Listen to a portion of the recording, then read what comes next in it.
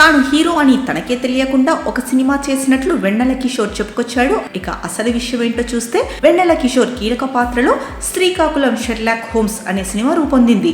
ఈ సినిమాలో హీరో వెన్నెల కిషోర్ అని ముందు నుంచి సినిమా టీం చెబుతూ వచ్చింది.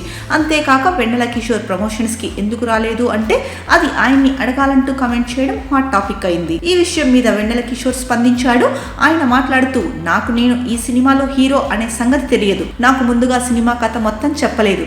ఈ మధ్య నేను అలా అడగడం కూడా మానేశాను, ఎందుకంటే కొంతమంది కథ మొత్తం అడిగితే ఫీల్ అవుతున్నారు, కాబట్టి నా వరకు ట్రాక్ చెప్పమన్నాను, చెప్పారు.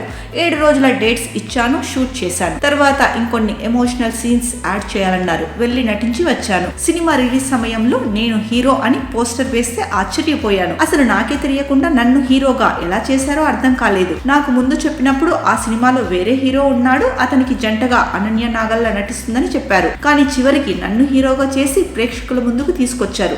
ఇది నాకు తెలియకుండా జరిగింది. ముందే నాకు దర్శక నిర్మాతలు నేనే హీరోనని చెప్పి ఉంటే అప్పుడు నేను ప్రమోషన్స్ కి కూడా వచ్చి ఉండేవాడినేమో అంటూ ఆయన మాట్లాడారు.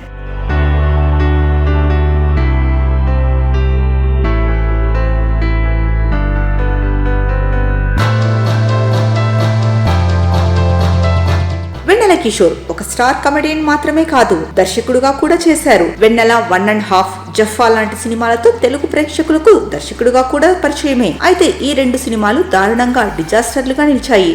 అయితే ఓ ప్రమోషన్స్ లో భాగంగా మళ్ళీ మీరు ఎప్పుడు మెగాఫోన్ పట్టుకుంటారు అని ప్రశ్నిస్తే దానికి వెన్నెల కిషోర్ ఆసక్తికరమైన సమాధానం ఇచ్చాడు. ప్రస్తుతానికి తనకు దర్శకత్వం చేసే ఆలోచన లేదని చెప్పాడు.